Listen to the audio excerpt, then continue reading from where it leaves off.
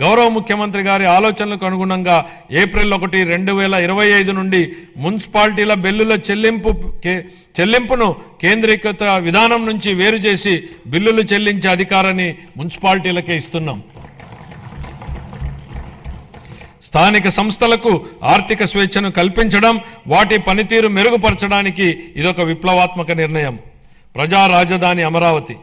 అసంబద్ధ రాష్ట్ర విభజన కారణంగా రాజధానిని కోల్పోయిన మన రాష్ట్రానికి అమరావతిని ప్రజా రాజధానిగా ఏర్పాటు చేసుకున్నాం. దీనికి ఆనాడు ఆమోదం తెలిపి అధికారంలోనికి రాగానే మాట మార్చారు. మాట మార్చడమే కాకుండా అమరావతి విధ్వంసానికి నడం బిగించారు.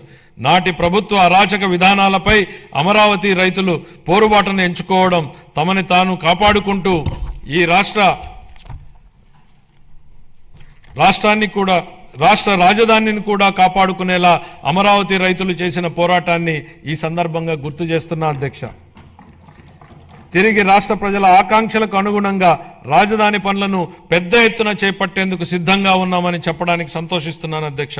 రాజధాని అనేది ఓ ప్రాంతం కోసం కాదు, రాష్ట్ర అభివృద్ధి కోసం దోహదం చేసే గ్రోత్ ఇంజన్గా అమరావతిని తీర్చిదిద్దాలనేదే మా ప్రభుత్వ లక్ష్యం.